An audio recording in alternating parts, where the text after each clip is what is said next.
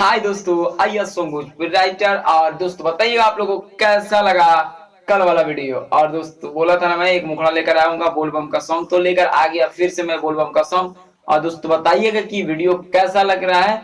और डबिंग आप लोग को बताएंगे। दिल लेके भाग दिए गो गोंडा सखी, उसी पर लिखा हुआ एकदम डेंजर मैटर, क्योंकि आप लोग सुन लीजिएगा ना, बोलिएगा सावन में बजने वाला मैटर है, एकदम गारंटी बजने वाला मैटर है।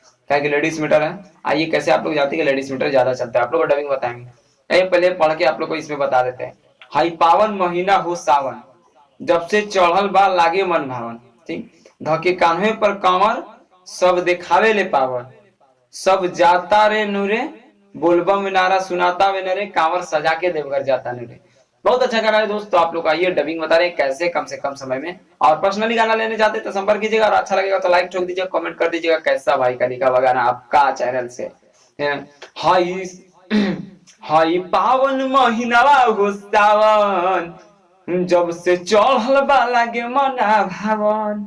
ए सखी, हाई पावन महीनावा हो सावन, जब से चढ़ल बा लागे मना भावन।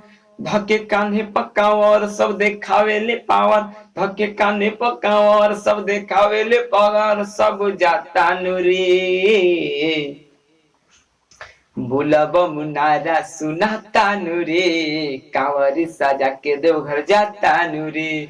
बोलबम नारा सुनाता नुरे, कांवर सजा के देवघर जाता नुरे।